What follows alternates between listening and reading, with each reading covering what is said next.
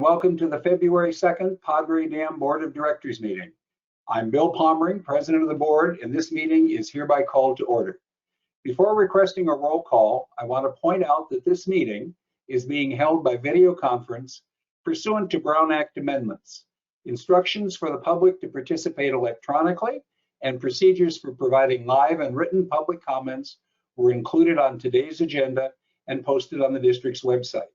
Since we are video conferencing, board members should raise their hands visible to the camera if at any point during the meeting you have trouble hearing or you wish to speak. I will inquire after each agenda item if there are any public comments or board questions. Following discussion, I will call for the motion and request the board secretary conduct a roll call on all action items. Please provide a verbal motion and second. I will now ask that our board secretary conduct a roll call.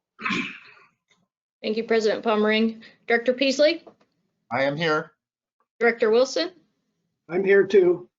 Okay, and I'll just note that I have not seen Director Karras nor Director Teal sign on yet, so they're absent at this time, but we do expect them to arrive.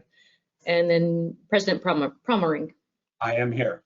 Thank you. Thank you, Amy. I now ask that everyone rise and join me in the Pledge of Allegiance. Ready, begin.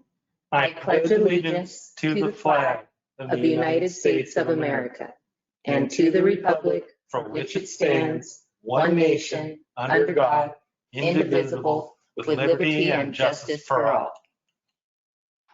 Thank you very much. Now is the opportunity for public comment.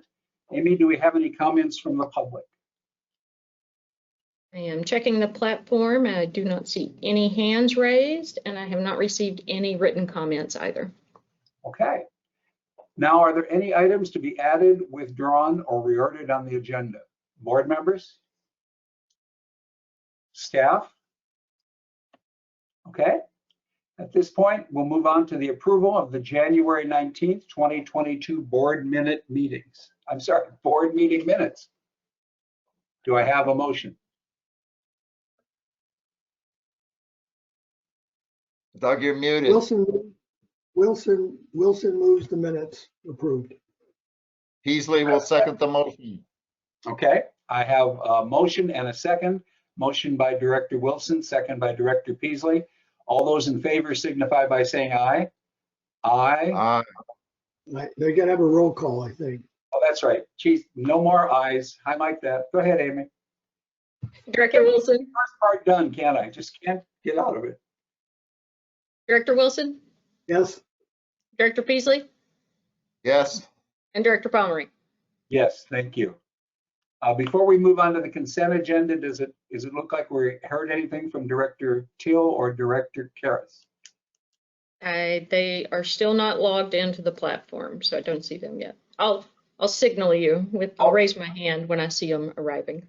Okay, thank you. We now move on to the consent agenda. We have only one item, capitalization of contributed assets. Do I have a motion? Make a motion to approve the item. Wilson seconds the motion. On a motion made by Director Peasley to approve, seconded by Director Wilson. Amy, will you call the vote, please? Director Wilson? Yes. Director Pommering? Yeah. Sure, yes. Director Peasley? Yes. Thank you. That passes 3-0. Amy, I think you're catching it for me. We'll get this smoothed out and we'll get it in here. Moving on to item number 3 on the agenda, award of construction contract, pump station improvements project phase 1, JN219004. The presenter will be Wilson Lau from our engineering department. Mr. Lau? Hi there, good afternoon. This is Wilson Lau, one of the CIP engineers here at Padre Dam. I'd like to present to you the award of construction contracts for the pump station improvement project. Next slide, please. So first, I'd like to briefly show where the locations are for this project.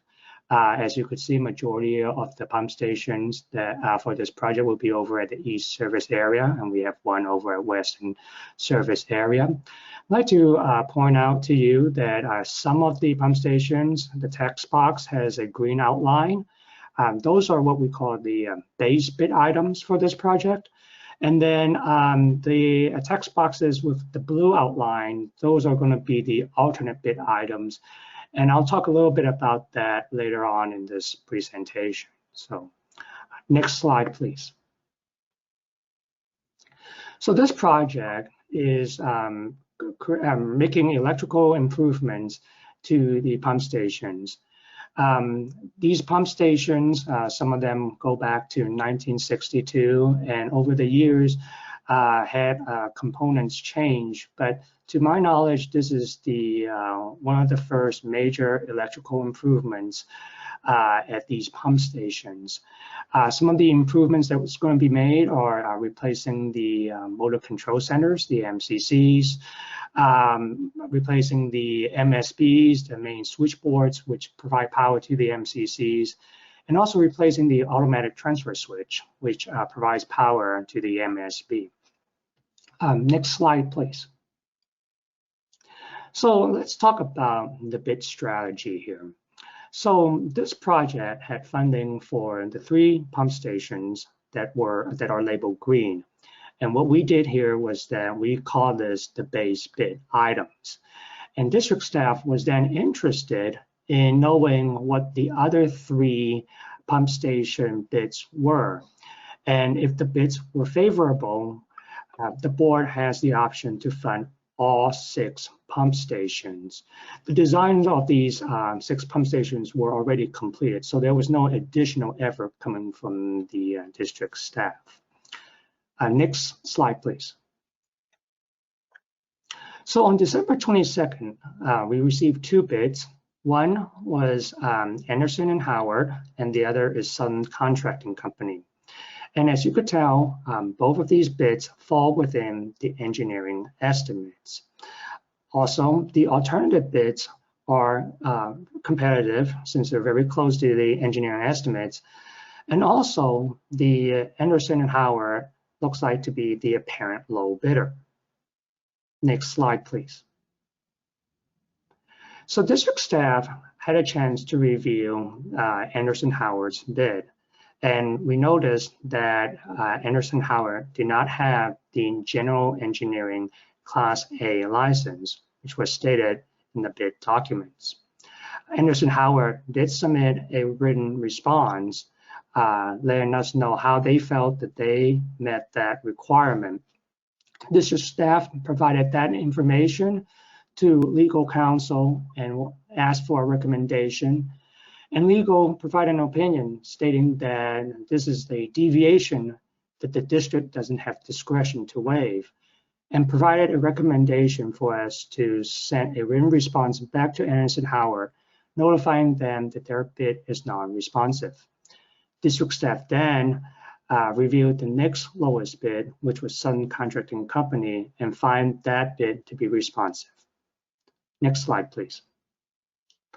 So a little bit about Sun Contracting Company here. This is a general engineering and electrical contractor, and its headquarters is in San Marcos, California.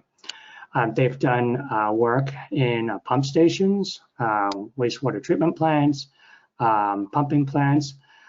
They are also currently the preferred subcontractor for the AECOM Lyles AWP project. So we feel that they are well qualified for this project. When we did the reference checks, we received positive feedbacks. So that's a little bit about Sun Contracting Company. Next slide, please. So here's the funding plan. Currently, there is $2.39 million in the PSI budget. The amount that we are requesting right now is $3.67 million. And we would like to ask if the board is willing to transfer the $2.024 million that is requested. And we're able to get that through the two projects here. One is Jerry Johnson Reservoir, and the other one is the pipelines at bridge crossings. And these two projects are being deferred to the next business plan. And these two projects also are fall within the 5-year CIP, and we will not be asking for additional costs outside of what was pre-approved. Next slide, please. So for construction support services, the district requires some amount of money to provide for consultant assistance in electrical inspection, and this includes the SDG&E coordination, the SCADA upgrades, the construction management and inspection, and engineers of record. As you could tell, it was broken down into two different categories. One, which is the base only for only 3 pump stations, and then the other, the base and alternative, which includes all 6. The estimated staff cost is $150,000 for the project management and also administrative oversight. Next slide, please. So here are the next steps. We hope the board will approve the award of construction contract today. And then in the next month, we would have a kickoff meeting for the notice to proceed. And then after that, we would start to coordinate SDG&E permits.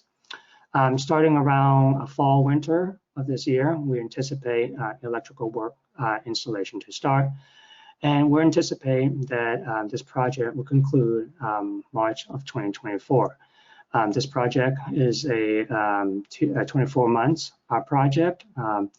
This includes all 6 pump stations, as well as the anticipated of some of the global supply and demand challenges that we're seeing. Next slide, please. Mr. Mao, may I interrupt you for a moment, please? Amy, we should note that Director Till has joined the meeting. Director Till, can you see us and hear us? Yes, I can see you, and yes, I can hear you. Thank you very much. Okay, thank you. We're in the middle of item number 3 on the agenda. Mr. Mao, if you want to continue, please. Sure. In summary, we'd like to ask the board, number 1, to approve the funding plan described here in order to fund the construction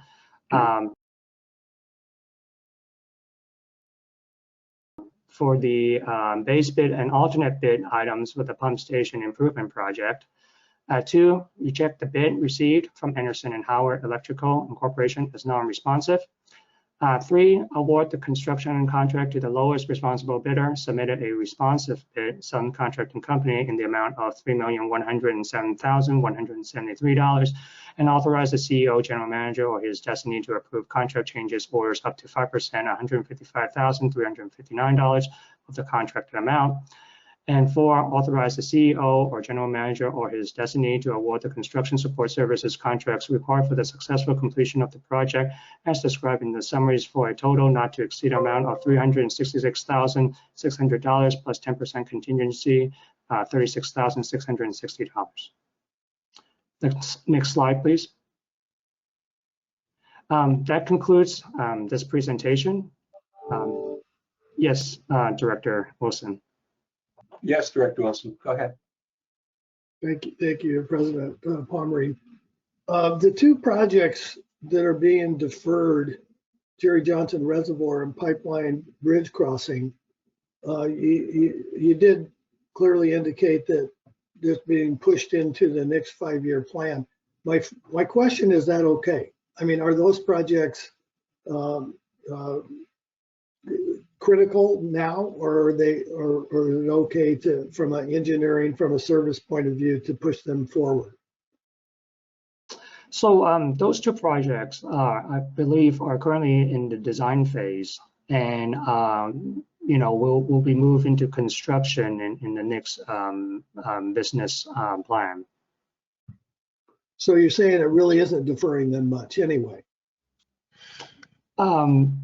Yeah, Director Wilson, I have a couple comments here I could add on these two projects. The projects are currently in design. We're both actively moving those projects through the design phase. On Jerry Johnson, we just had a field visit last week. We had a structural engineer do a float inspection, and the recommendations are being prepared.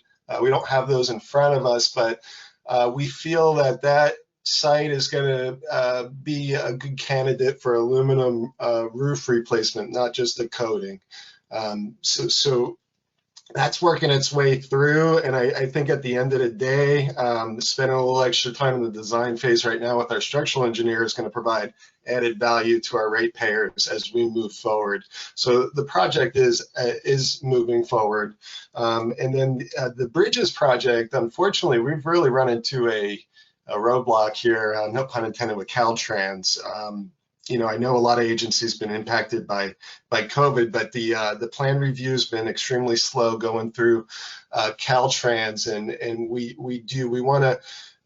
we feel like the CIP is better served by shifting some of those funds into this project, which is ready to go, and we'll regroup and engage Caltrans here early on in year one of the next business plan. Thank you. That answers my question. Okay. Mr. Gall, I have just a quick question, then you, Director Peasley. We're rejecting or wanting to reject the Anderson and Howard Electric bill because they don't have the proper licensing classification. Is that correct? That's correct. And when we notify them of that, did you say they came back stating some reasons that they felt they were qualified to do that? And that was sent on to our attorneys? That's right. Okay. And have they been notified at this point that we'd be rejecting the bid, or will that come from what we're doing today? No, they've been notified. And did they have any response? No. Okay, that's what I wanted to know. Director Peasley. Along the same lines, Bill, thank you for those questions. Are they present at the meeting today online, and are they going to cause a problem for us going forward? Are they going to file any litigation anticipated with regard to this rejection?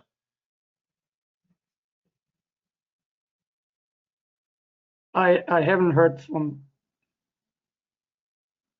I would assume anything's a possibility.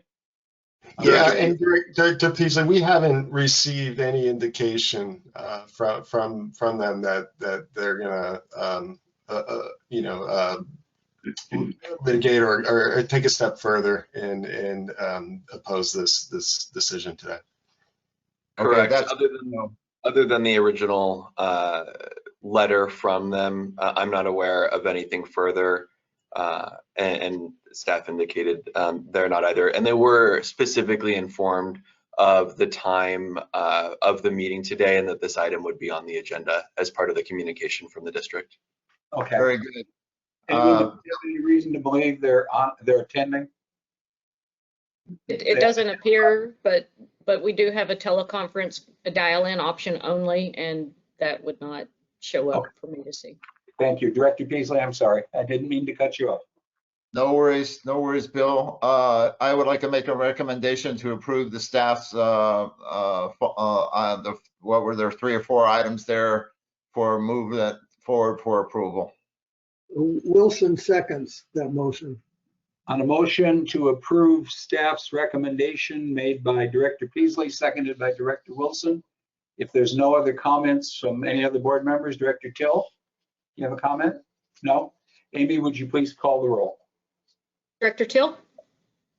I am going to have to abstain from this vote since I was not able to participate and see the staff presentation due to the fact that I have a work obligation until 3, and I am not able to get here at the appointed time at 3:30. Thank you. Director Wilson? Yes. Director Peasley? Yes. And Director Pomeroy?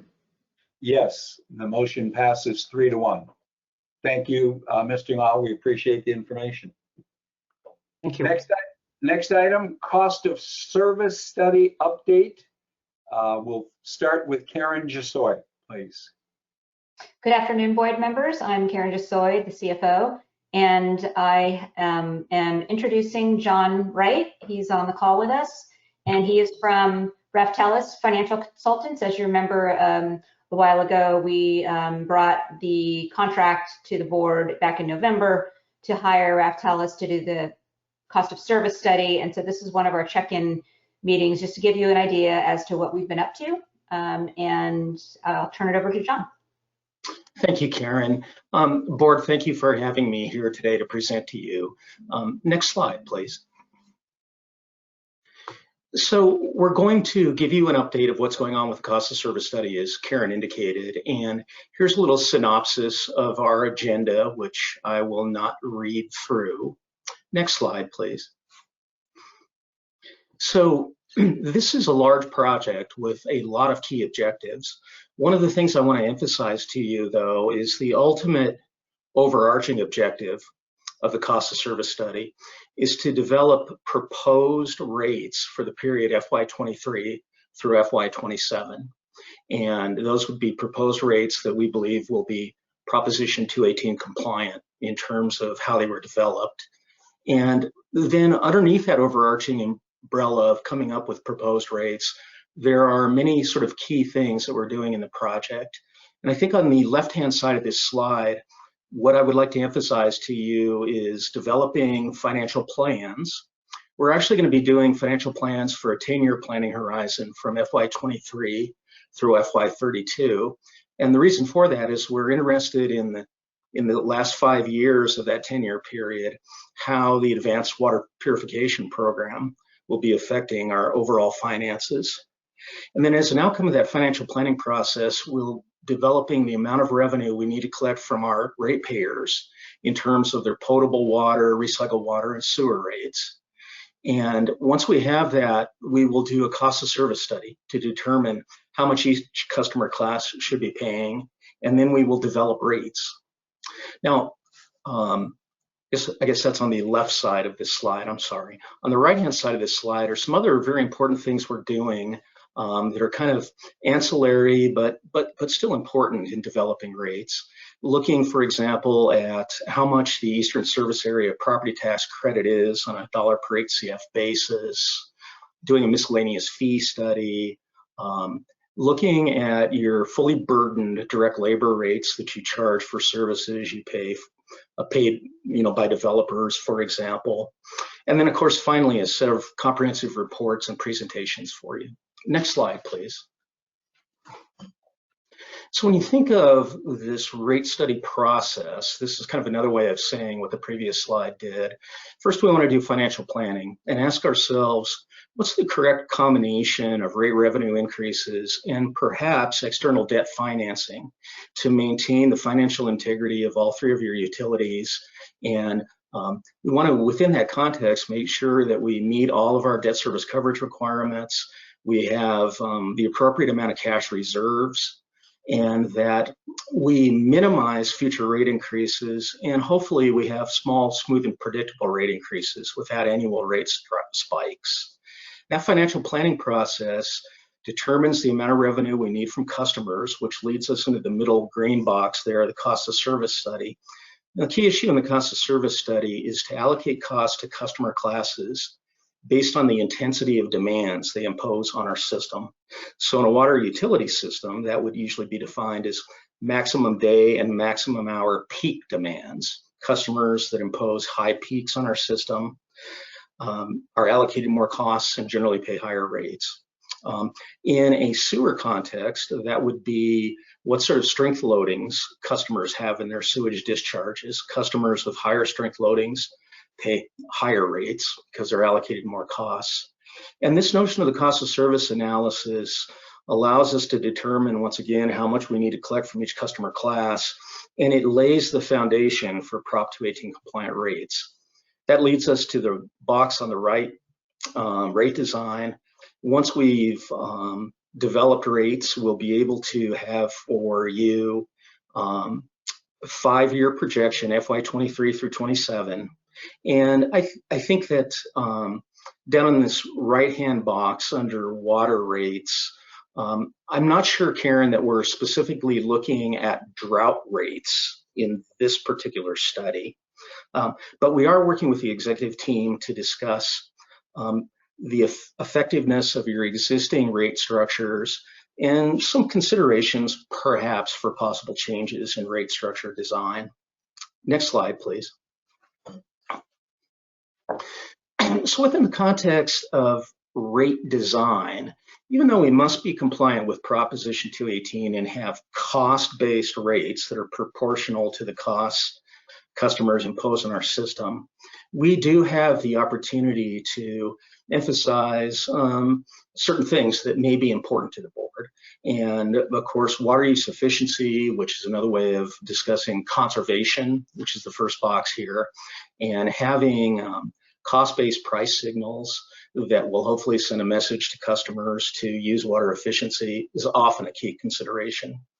Another important consideration are financial issues. For example, the combination of variable, i.e. commodity-based revenues versus fixed revenues you have in your overall rate revenue stream. And many utilities are concerned that they may not have enough fixed revenues coming in through monthly fixed charges. And so that's something we can definitely look at in developing rates as a financial consideration like that. Obviously, another key consideration is affordability. And oftentimes affordability is described by many of our clients as what is a level of bill paid by low consumption and average consumption customers, and what's the proportion of their total bill that is in a fixed charge, like a monthly service charge, versus what proportion is through commodity rates. And so that's often something that we'll look at in rate design. Finally, we want to consider equity. And equity falls under this general Prop 218 umbrella that everything needs to be cost-based. And we want to make sure we're recovering our water supply costs in an equitable manner. And of course, in this context, that means San Diego County Water Authority, that you have a rate structure that can be used to implement drought surcharges if you are required to do so. And that we're allocating not only our O&M costs, but our capital costs equitably. And then I would say, to the extent that a utility is considering a major change in their rate structure and really reworking things, administration is something that can be very, very important. And whether or not you can effectively implement an entirely different rate structure and whether or not customers can understand it. So these are some key considerations along sort of the pathway of designing rates. Next slide, please. Now in Proposition 218, and I promise I won't read this slide, we do have some overarching requirements. And obviously, first and foremost is that we cannot collect revenues from customers. We cannot charge customers rates that that are in excess of the cost to actually provide service. We cannot charge customers for items that are going to be used for any other purpose except to fund our utility operations. Proposition 218 really emphasizes the notion that the amount we charge needs to be proportional to the cost of serving each parcel. And invariably, parcel is defined as a customer account in a cost of service study. And of course, it goes without saying that the service has to be available to customers. And then finally, Proposition 218 has a very extensive set of noticing requirements.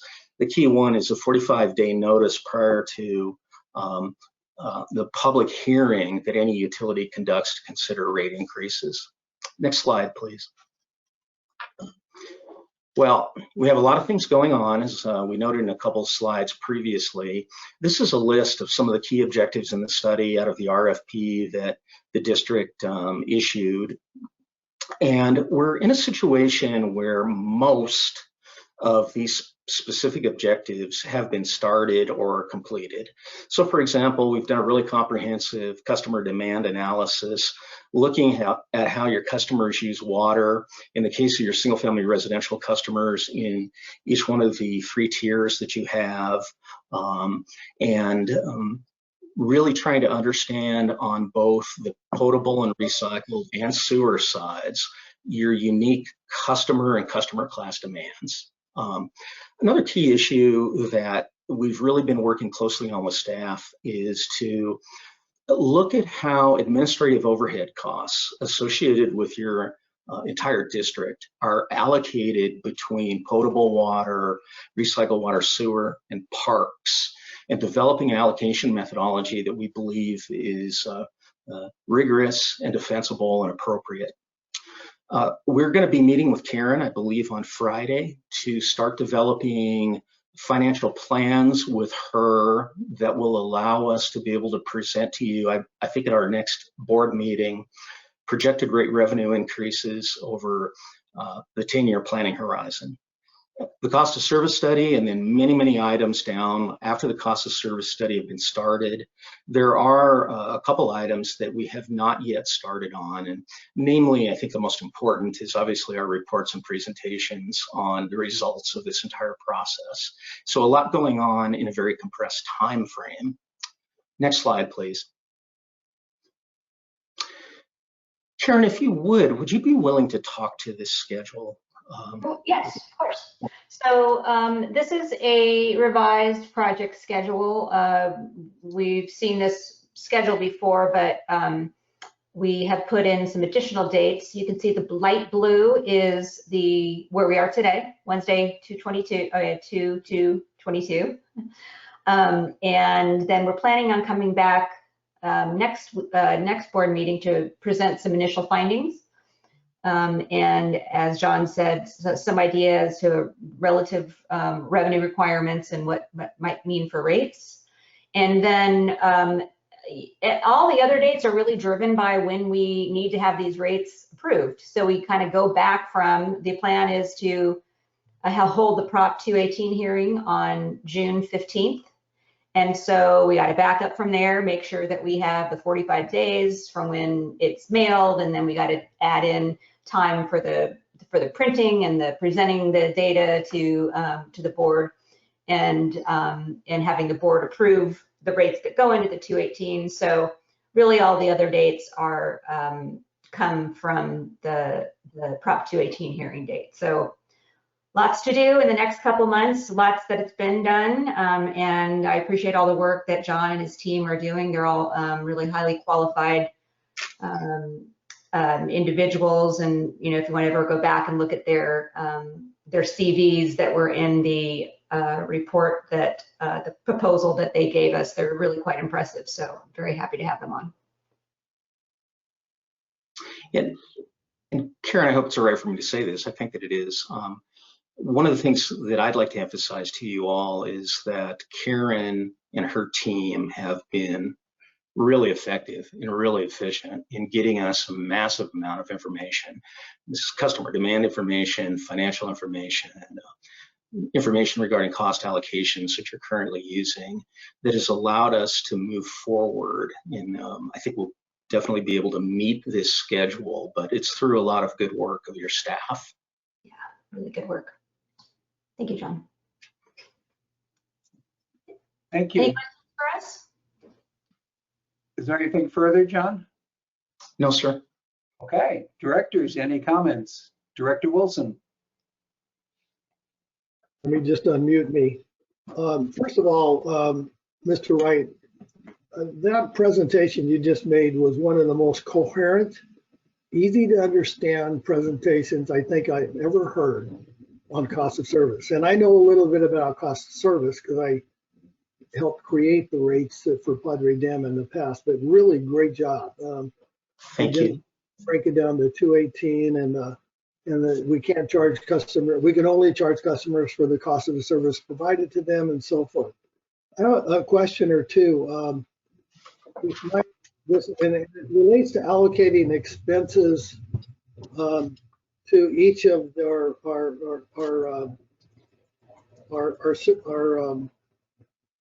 revenue areas: retail water, recycled water, sewer, and park. Karen, in the past, we used to have wholesale water something we charged when we were providing water to Lakeside Water District. As I remember, and so it's been a while since I looked at this, so I'm forgetting. We were still a backup to them should they need water. Is there any wholesale water allocations anymore? You can say it out loud rather than just shake your head no.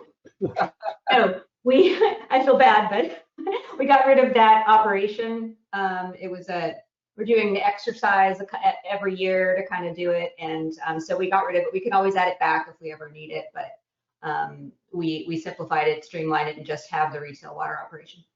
There was no ID1 or something like that. I forget what it was, but aren't we still a backup for Lakeside should they have an emergency? I don't know that. That would be a question for for the probably operations, but we could very easily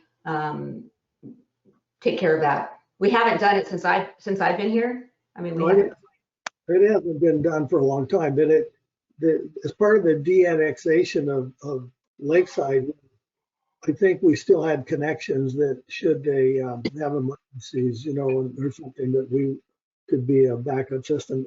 That's fine. I mean, it's just something I wasn't remembering, but great job. Thank you very much. That's my end of my questions.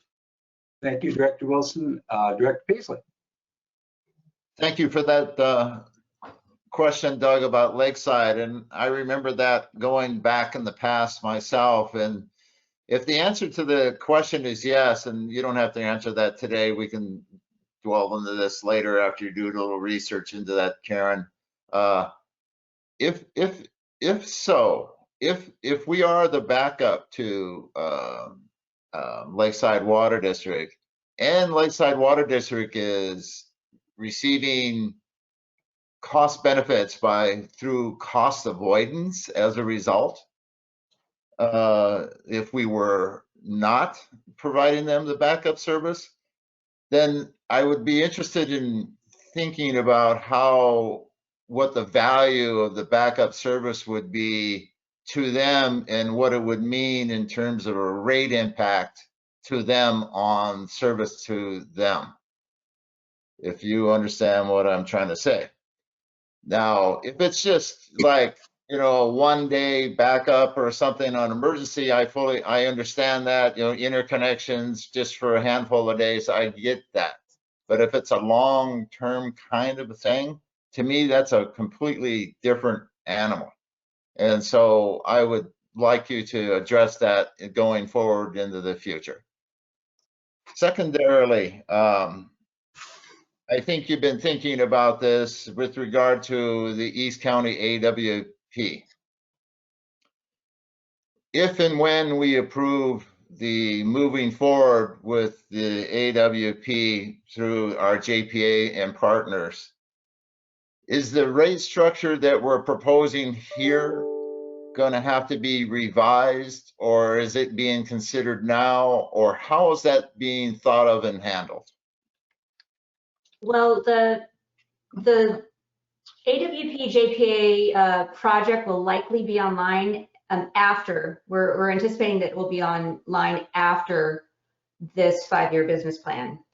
And so, but if it does come online before that, it would merely be a replacement of existing direct costs. Our cost payments to Metro instead would be cost payments to the JPA, and our purchase of water for CWA would just be a purchase of water from the JPA. And so, the impact, we have some estimated rates at that time. That's what John was talking about, the long range financial plan we're going to be incorporating. I did some back of the napkin, calculations, and it should save the water, 30% of the water at the rate that we're going to be contracted to buying it would be about a savings of $700,000. And depending on where the rates come in at the end with wastewater, we might be either, we're not sure where we'll be there, but we are including that in the long range financial plan. I see. That makes sense. I believe I understood what you said, believe it or not. So has there been any thought? Well, let me back up for a moment. If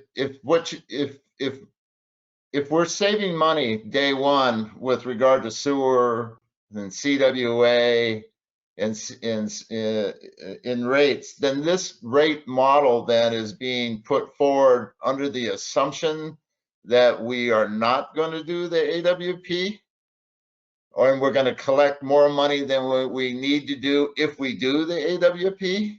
You understand what I'm trying to ask? No, we are, depending on, as I said, depending on when the project comes online. So we're in fiscal year 23, 24,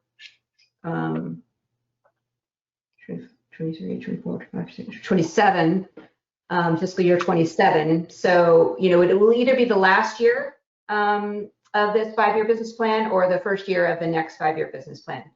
And so whatever rate increase that we have, we would set with the anticipation that it's coming on, and we would have, not knowing what those rates are, we would have adequate rates to cover what we think we might have. And, when the time comes, if we don't need the rate increase, as we've done in the past, we can always not have those rate increases. But, as a 5-year business plan, we need to protect the district to cover the knowns. And so. Okay, I get that. So one last question is if we go forward with the AWP sometime and to make that decision sometime early this year, say springtime, then is it possible under 218 to pre-collect money in anticipation of expenses that might possibly occur greater than these rate impacts? You need to charge, you can always collect for capital projects that you're going to be including, but I don't think it's going to be necessary. We would be charged for current services. And, now that I'm thinking about it, because, and the attorneys can maybe step in on this, but because Padre Dam will be just the recipient of these services, they'll be paying an outside party. So they're considered, it's considered O&M. And so we really couldn't collect in advance of an O&M cost that we're not incurring yet. I see. The reason why I ask these questions, Karen, is for you guys to think about these things as I'm trying to do on my own here at home during these COVID periods, if you will. And so I have too much time on my hands, I guess. And so I just want to be assured, and I think we are, that the rates that we're proposing or will be proposing is going to be sufficient to cover our costs and to protect our ratepayers to the greatest extent possible. That's all I'm asking these questions for. So I'm done.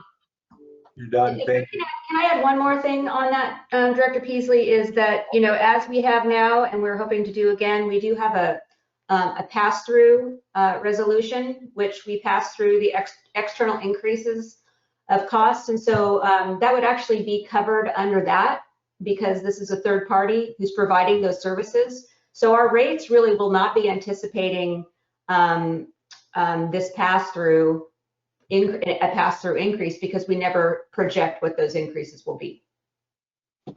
Thank you. Director Till?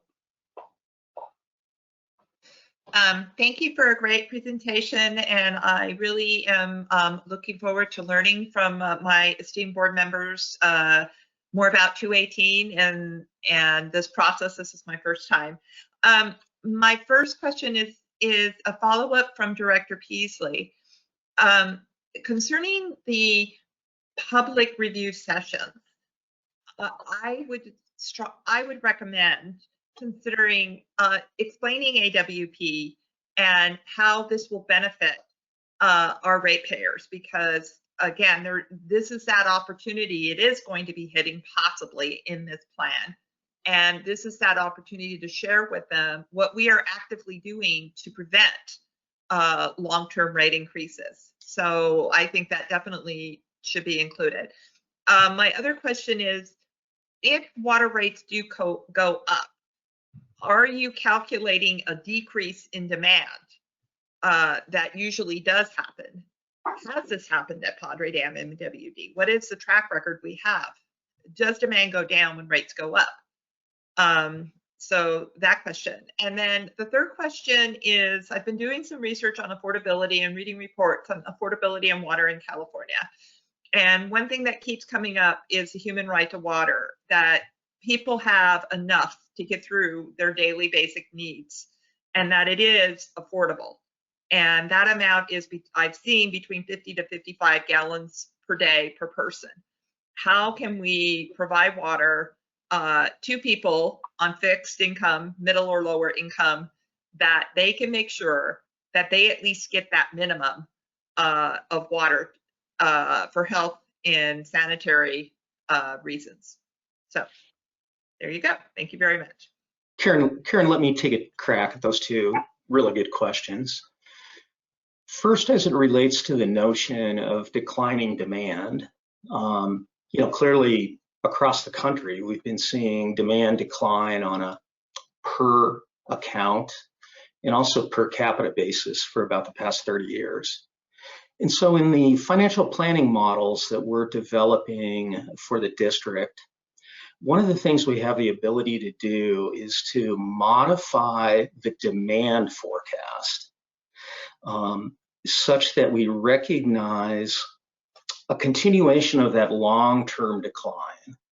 And so I'm just making up numbers here, but let's say that we had a system that was 10 million HCF in terms of annual potable water demand. Well, if we really didn't have any growth going on in the district, we would imagine that 10 years from now, the demand would no longer be 10 million HCF, it would be something less because people are using water more efficiently. There's a natural replacement of low efficiency plumbing fixtures. And so the demand would be something less than 10 million HCF. And so we have inputs in our model that will allow us to adjust that demand forecast, which of course we'll be reviewing with Karen and other members of staff to determine if they agree what Raftellus is recommending is appropriate. Right now, I'm using a decline in demand that's very slight, but it does occur on a year-over-year period. Your second question was affordability for customers, basically for basic human needs. And I believe right now that, and Karen, jump in and correct me if I'm misspeaking, but I believe right now that for a single-family residential customer that is in the smallest lot size on your system, the tier 1 consumption threshold is 7 HCF. And 7 HCF, I believe, probably calculates to somewhere in the range of 55 gallons per capita per day, maybe even a little bit more than that. And right now, 55 gallons per capita per day is the current state of California standard. And I believe in approximately 2025, that standard will go down to 50 gallons per capita per day. The first thing I want to note to you is that right now, I think that you're allowing customers an amount of water in tier 1 that is appropriate for basic human needs. And secondarily, though, the thing to note is that the rates in all of our tiers have to be cost justified. And the rates in not only tier 1, but also tier 2 and 3 have to recognize the demands that customers are placing on our system in each one of those consumption tiers. Now, invariably, customers in tier 1 are not really imposing heavy max day and max hour peaking factors on our system.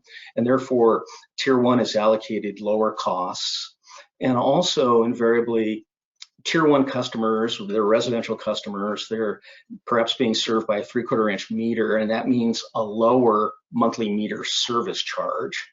And so the hope is that the outcome of that cost allocation process will be a bill impact for customers in tier 1 that is reasonable and as affordable as it can be.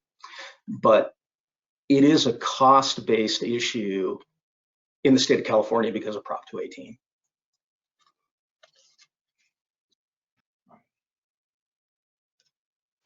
Any other comments? Director Wilson.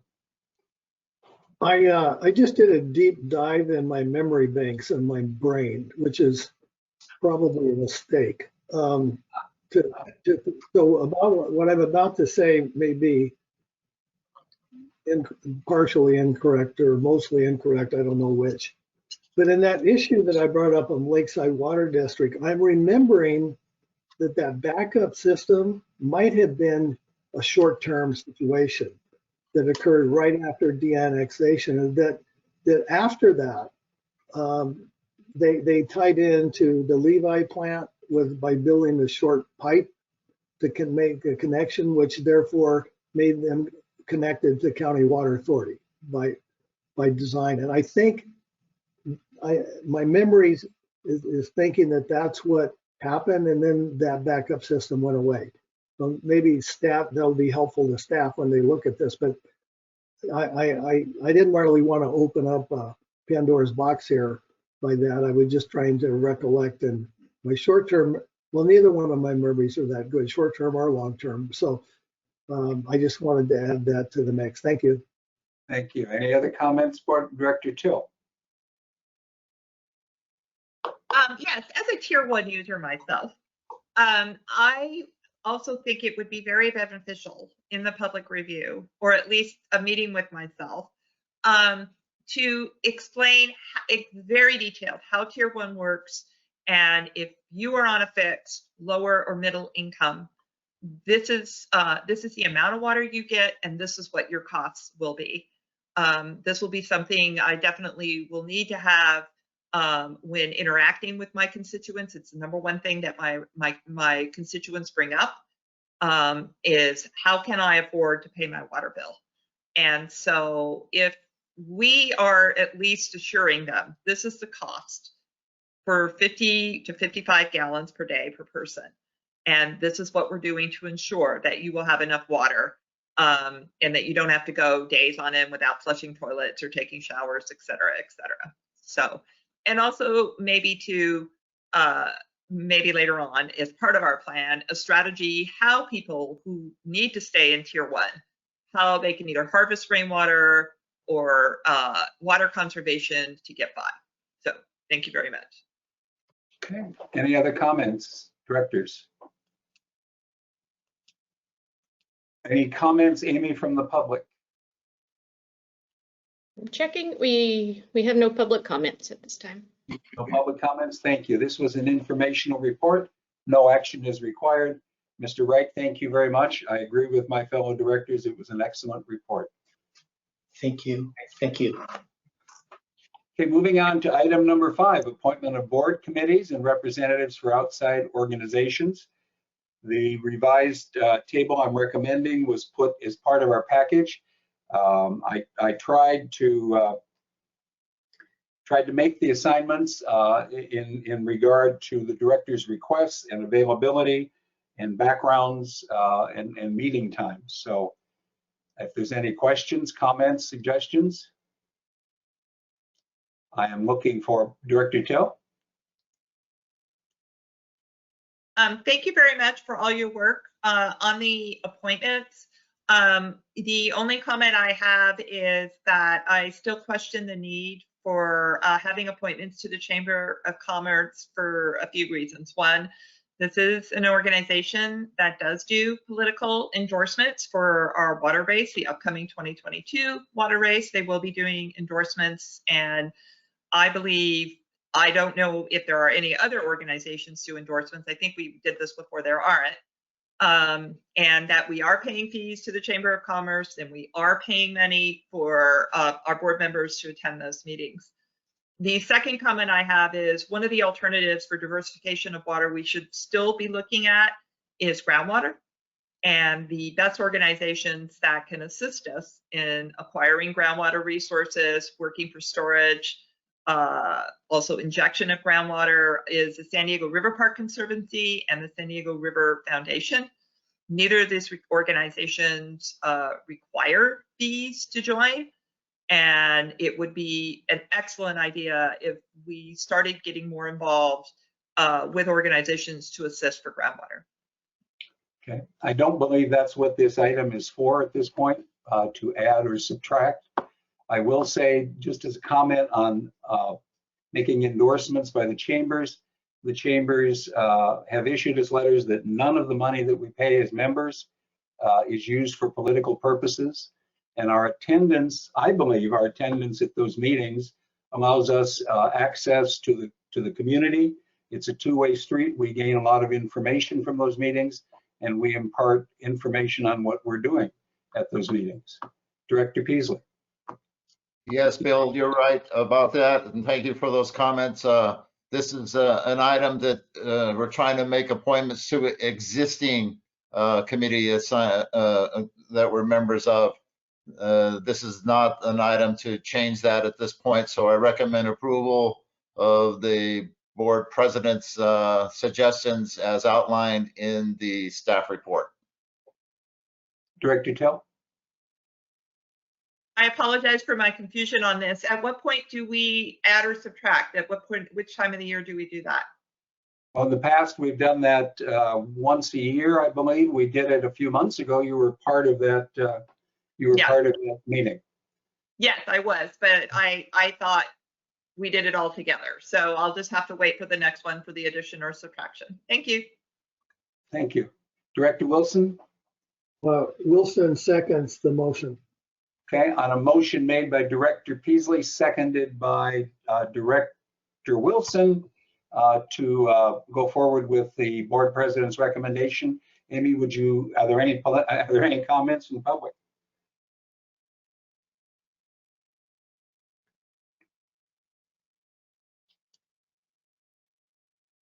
Amy, I can't hear you.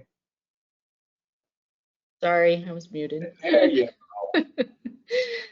We have no public comments for this item. So with that, I'll conduct a roll call. Director Teal? Sorry. Go ahead. Director Teal? Can you guys No. hear me? Okay, thank you. Director Wilson? Yes. Director Peasley? Yes. And President Pomeroy? Yes, the motion passes 3-1. Thank you very much. Now we move on to item number 6, water supply update. Melissa McChesney, our communications manager. Melissa, the floor is yours. Good afternoon. Can you hear me? I hear you and I see all that snow and I wish it meant more than I think it's going to mean. But go ahead. Well, I will tell you, I actually took this photo in December. So Yep. yeah, but we'll talk a little bit more. So on that note, my report today is our water supply conditions update, the first one for the 2022 water year. Next slide, please. So kicking off, we'll start off with local San Diego conditions.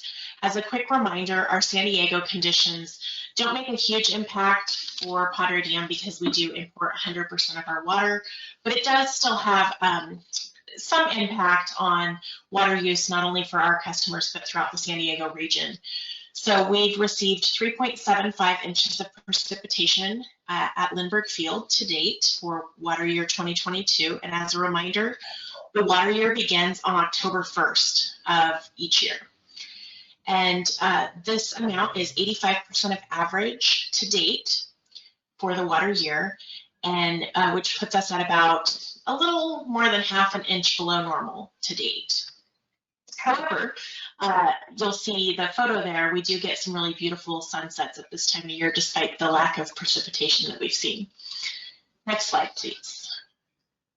Okay, so moving into our California State Water Project, numbers. The images that you see here are different articles that we saw throughout the month of December and into January. So we had a record-breaking December for California. We saw the total number in the end was 214 inches, and it beat out 1970 as the snowiest December on record. And so the first image you see there is a semi-truck that was stuck along 395 up in the Mammoth area. You see, I shared the second one just because I found it kind of hilarious that there were people that were just driving completely out of their way because of so many different road closures. And so the road closures into basically any mountain pass throughout California were essentially closed from about the 26th of December through the 28th. And then the last one I shared, just because they were some kind of fun, substantial snow walls that you can see that they had to plow out during that time. So really great kind of December. We started off pretty good in October with some atmospheric rivers coming in, with a dry, followed by a dry November, and then this incredible record-breaking December. Next slide, please. So moving into our snow survey results, the January snow survey was actually completed on December 30th and saw 78.5 inches of snow depth and 20 inches of snow water equivalent, putting us at 202% of the statewide average. So phenomenal January numbers. Unfortunately, there was essentially zero precipitation and snowpack in the month of January. And so a lot of the headlines that we saw coming into January was, is the drought over? Is California in a better place? And a lot of the commentary was, you know, hold on, because we need to make sure that that holds up. And sadly, it did not. And so the snowpack has dropped down to about 90% of statewide average, which is still not a bad number. However, we need to see that number either stick in the 90s or go above average to really have a big impact for this season and to help some of those drier areas of the state. Next slide, please. So overall, we had minimal melt in January, but no new accumulation. And so a couple things, the main message you're going to see throughout and hear throughout where we're at to date is kind of a flip-flop, a start and a stop, and a drought and a no drought. And so the state did impose mandatory water use restrictions in January. Fortunately for Padre Dam, a lot of those things are things that we already have, or I'm sorry, all of those things are things that we already have as part of our mandatory all the time water use measures. I quite frankly question why the whole state doesn't have them, because it's things like having a shut-off nozzle and not allowing for runoff on a regular basis. And so those mandatory water use restrictions were imposed a couple weeks after this record snowpack. However, on a positive note, the state water allocation, which was initially noted as 0% and for only health and safety purposes in December, they have now increased to 15% of requested supplies. So we'll see how the rest of the year goes to see if that number increases above that 15%. Next slide, please. So closing out on California, I wanted to share these a few notes actually on this page. The first is what the DWR director stated this week. The snow survey results that you saw were from yesterday's snow survey. And so she did state we are definitely still in a drought. A completely dry January shows how quickly surpluses can disappear. And so the state really is looking at, are we potentially leading into a third consecutive dry year? And then down below, you see the two key reservoirs for Southern California, San Luis Reservoir and Lake Oroville. I did want to note that on a positive note, Lake Oroville had to stop their power plant operations back towards the end of 2021. And they have been able to get water levels back up to a point where that is back up and operational. So although we're kind of seeing this dry, wet pattern, that is the good news, is we are seeing some progress and some steps forward on that note. And then on the right-hand side, you just see the current reservoir conditions. The red stars show where we are at 99% or above for historical average. Next slide, please. So moving into our Colorado River Basin, we are fortunate to be above average on these, although again, just like with California, we really need this number to stay above that average along the Colorado River Basin. And right now, we're looking at 111% of precipitation and 105% of snow water equivalent. So that dark black line you see is trending right with the dash blue line for normal conditions at this time. Next slide, please.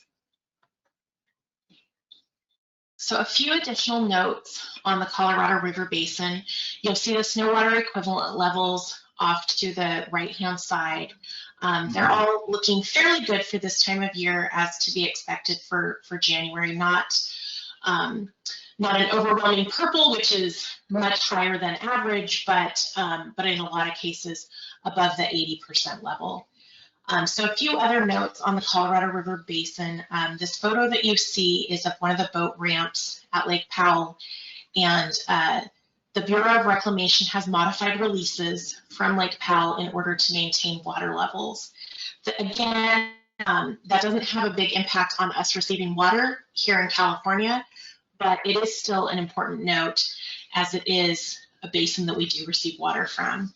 And so they're currently only 11 feet above the target elevation for Lake Powell at this time, hence what kicked those modified releases into play right away. And so they're continuing to monitor that on a monthly basis, and we'll see kind of what happens later in the season. Next slide, please. So overall, you heard we're in a stop and go kind of position right now in conditions with everything, and February is really going to be key to see what the water year outcome looks like. March still matters, but January and February are really those key important elements of the water year to see what that's going to look like. I think I would suggest that if we continue to see dry conditions, it's highly likely that the state will look at additional water use restrictions. That would be my, if I had a crystal ball. So some more to come on that. And above and above average conditions are what's really needed. And with that, next slide, I'm happy to answer any questions on supply conditions. Director Wilson. First of all, the last slide suggests that February you think is key. I remember early 90s, something called the March Miracle. And so I'm hoping that we have February and March might be key if history repeats itself. And the other thing I wanted to know here was the last time, I think it was the last time you presented this, it might have been back in November or so, when we met.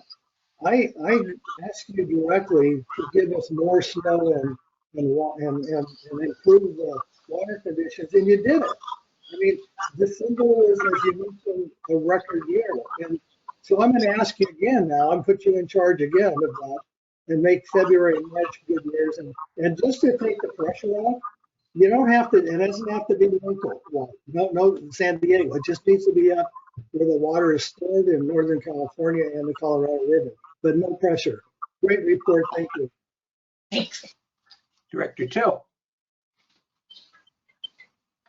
Excellent report, Melissa. Not to be a buzzkill, but in a time of climate change, we are going to, UCSD predicts, and NOAA, that we're going to be having much more variability. So you have these wet, dry things going on, and overall less water. So this is our reality right now, and this is why we need to start planning for this. So thank you. Director Peasley. I'm going to be very optimistic and be positive, and And I'm with Doug Wilson. I'm putting the burden on Melissa to make it snow like crazy in February and March and have a great water year and fill up all the California and Colorado River reservoirs so to the brink and such that they're overflowing. So that's my hope and prayer, and I believe it'll happen, and I'm a believer in positive thinking. So good job, Melissa, on the report. Melissa, yes, it was an excellent report. I have a question. I don't expect you to have the answer, although you might, but I'm just wondering, since all this wonderful stuff comes out of the people that work in Sacramento, have they ever gotten around to installing water meters in Sacramento?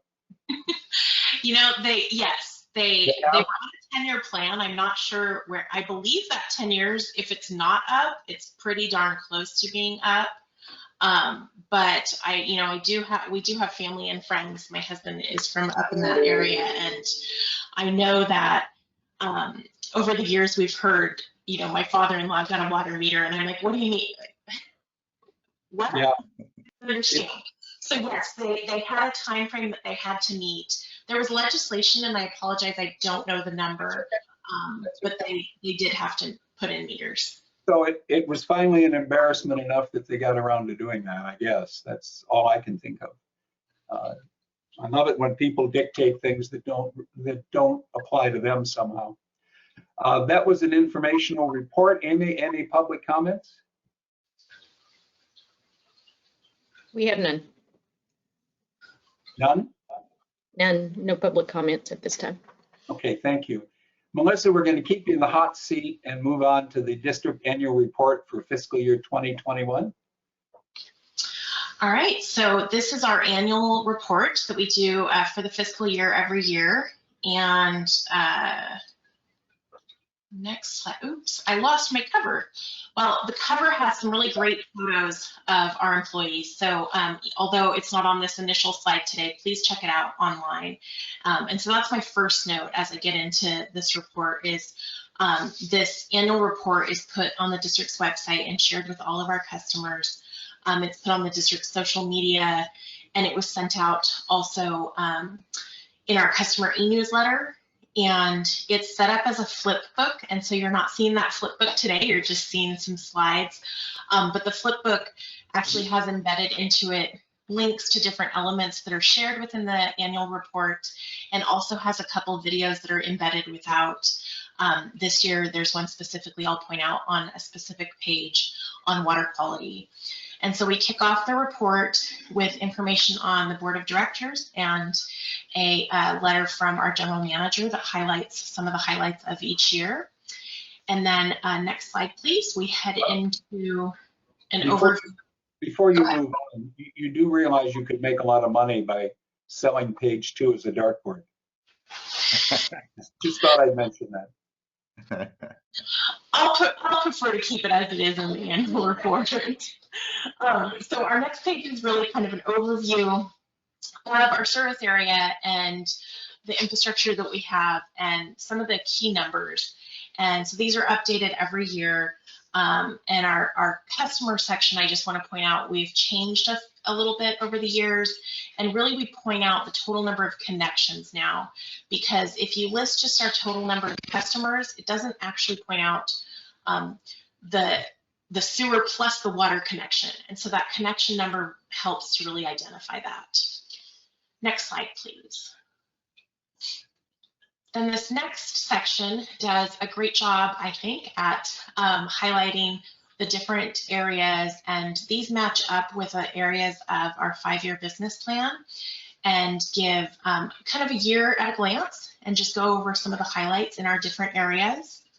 And one of the things I want to point out, this is a great slide that has some of those photos and that are shown on the cover of the report as well, is we really tried to highlight our employees' faces this year so that people can really see the faces of water and see what we do and see the people doing the work that provides water and wastewater service to them day in and day out.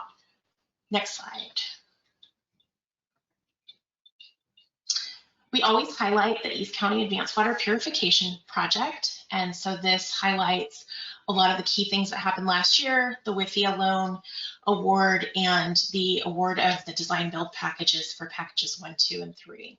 Next slide, please.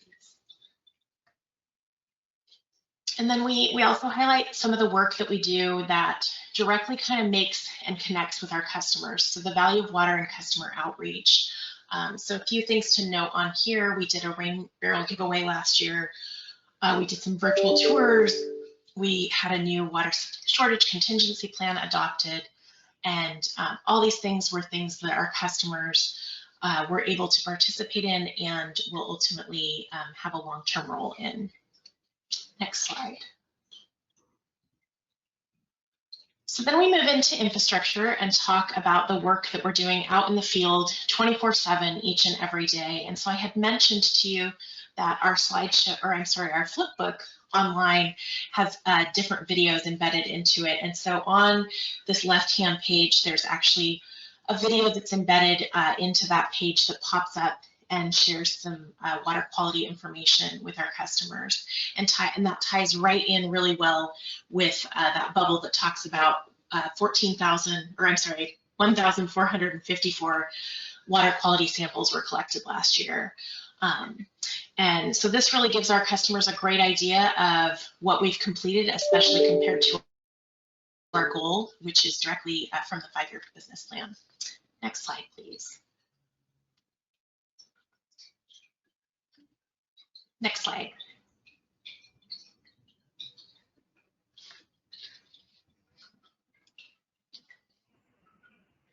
Next slide. Oh, there we go. Okay. Oh, I think we might have skipped over one. Yeah. Okay, there we go. So this year we had 2 different spreads that were covering different engineering projects and accomplishments.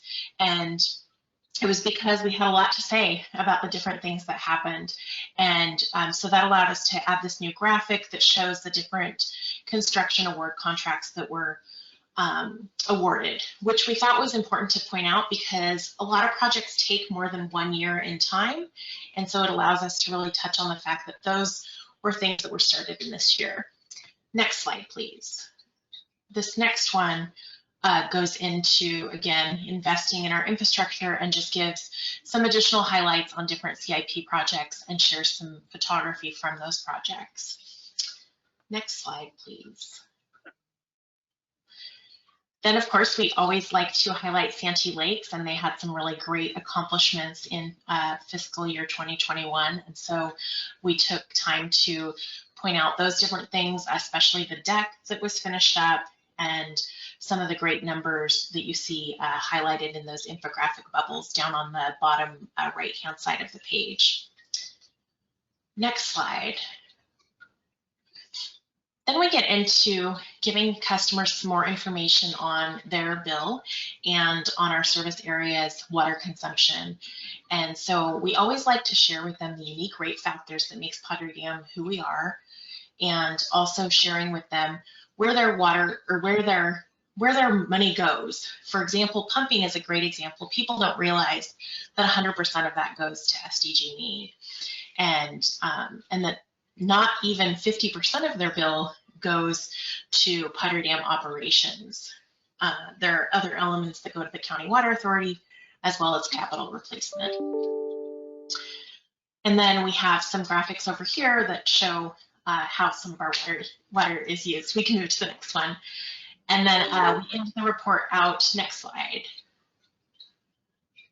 We close the report out with the audited financials, and these are just the different audited numbers, and they're graphically shown, I think, pretty well with the inflows and outflows in the middle of these spreads.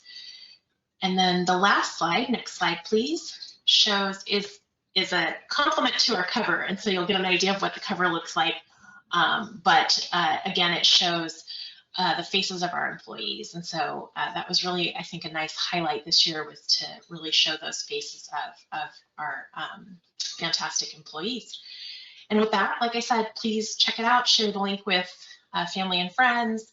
And I think it turned out really nicely this year. Any comments or questions, directors? Director Till? Phenomenal job. A lot of people ask me, especially my students, what is it that you do? And now I can point to a document that is just so beautifully done. I mean, this is just unbelievably amazing. By the way, our employees are just so fabulous looking. We should have a calendar. Oh my gosh. We have so many just great people. So really well done. Thank you. Any other comments? Director Wilson. I just want to say, ditto Director Till's comments.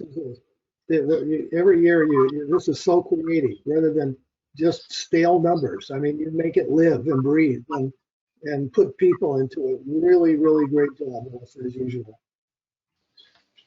Director Peasley. Excellent job, Melissa, and your staff and whoever else helped you do this, and all the staff. It was fantastic. It's an excellent job of melding those who like numbers with those who like graphics, and they're more pictorial. It's a fantastic job, and you improve it every year. I really compliment you on a job well done. You should be very proud of yourself. Excellent work.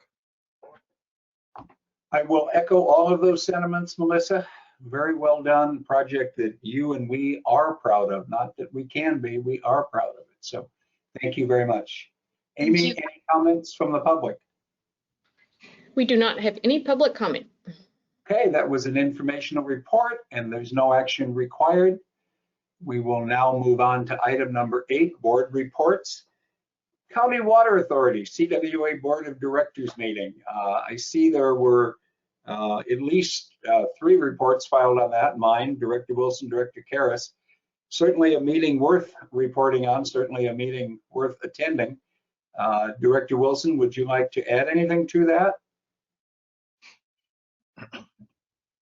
No, I was happy to turn over the reins to officially at that meeting to Director Pommering, and the rest of the board members of the County Water Authority unanimously accepted him as my replacement.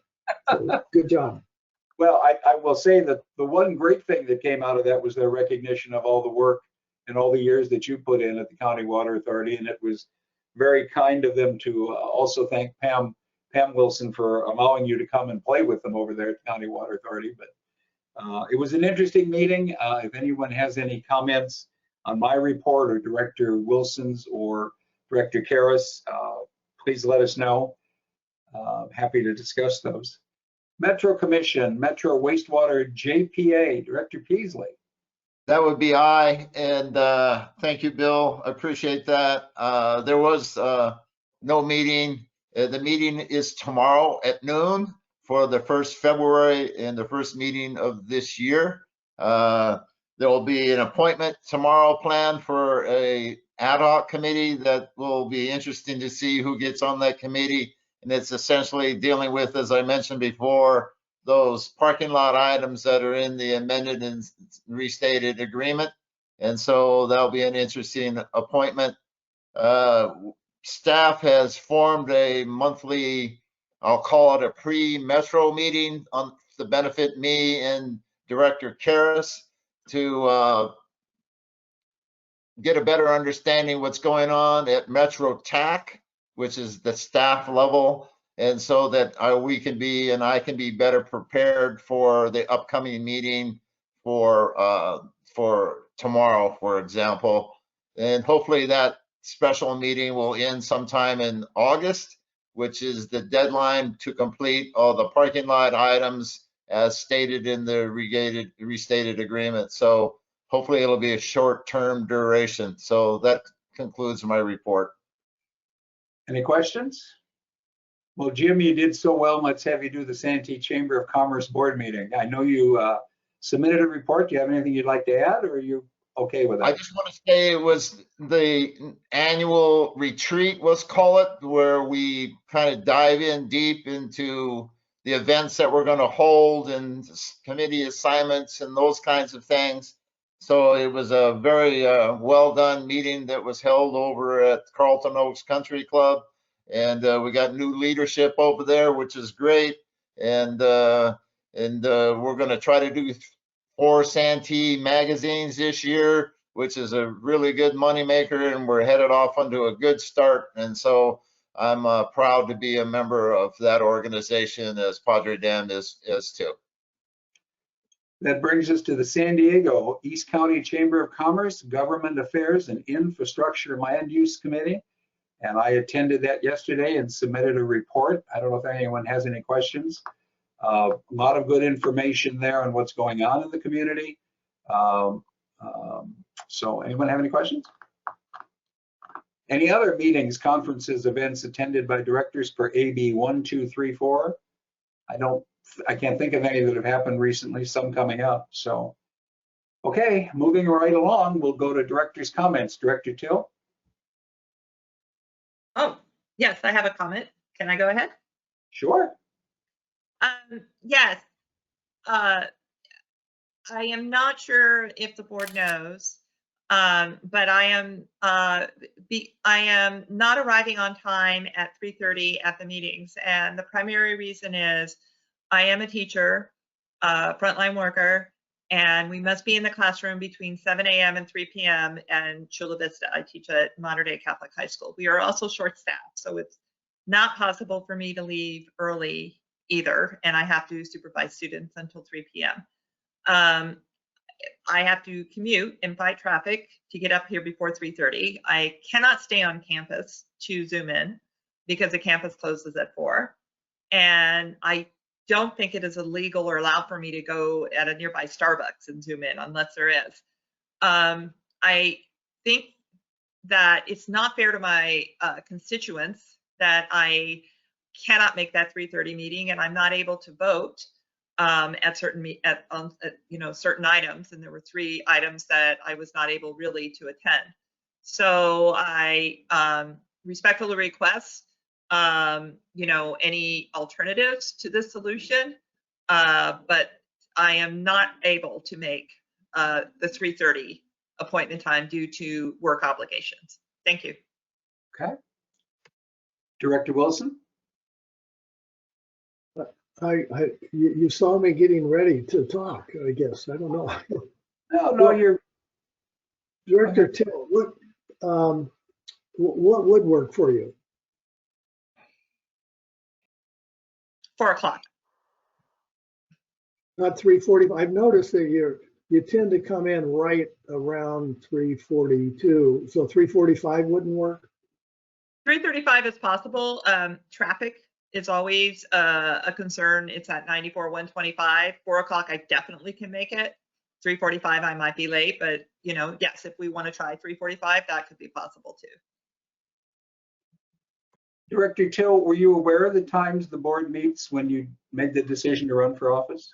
Yes, I am. And I also think that people who are working should be able to not only attend meetings, but also be elected. This should not be for people who have flexible schedules and that. There are many of us that are essential workers. And I think it's important that people who are firefighters, teachers, nurses are able to attend this. Many boards have their meetings later in the afternoon or early evenings.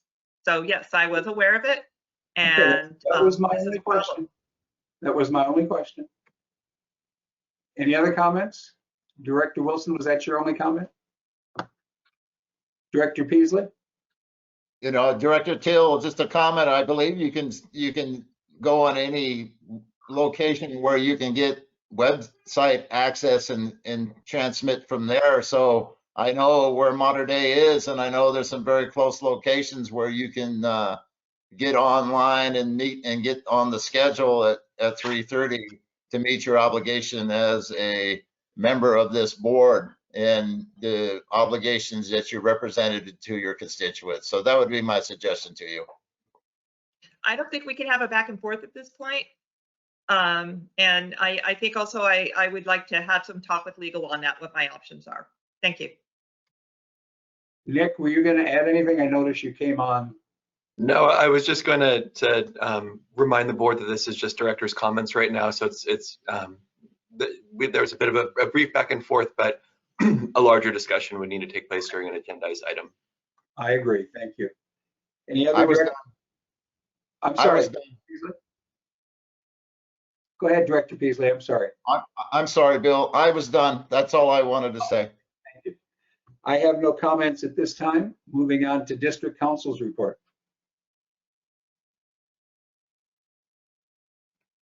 Thank you, Mr. President. Happy New Year to everyone. Nick Norvell from BB&K filling in for Paula, who is on vacation currently. Just wanted to briefly mention it is a new year. April 1st is coming up, and just a reminder that April 1st is the date that your Form 700 statements of economic interests are due for Padre Dam, as well as potentially outside agencies that you serve on as well. So this is the time of year to be reviewing your finances for the last calendar year, seeing what needs to be reported, what might need to be updated or changed when you file those reports. And if you have any questions about the process, please feel free to let us know. Thank you. I think, Nick, the county has sent out online filing instructions, I believe. Hopefully everyone received them. But thank you. And by the way, congratulations to you, sir. Thank you. Thank you for coming today. Appreciate it. Let's see. General Manager's reports. Oh, there's Mr. Carlisle. Yeah, good afternoon, board members. Thank you, President Pommering. Yeah, not a major report, but just wanted to remind you that we are still in COVID protocols. Our staff working remote. We're going to be meeting as a team early next week to reevaluate, see where we're at, and make any changes. At that point, of course, we'll communicate any of those changes to all of you. That was it. Very good. Thank you. Last item is informational report. The Finance and Treasurer's report for the 6 months ended December 31st, 2021 is attached. If there are no other questions or comments, this meeting is adjourned. Thank you all for attending.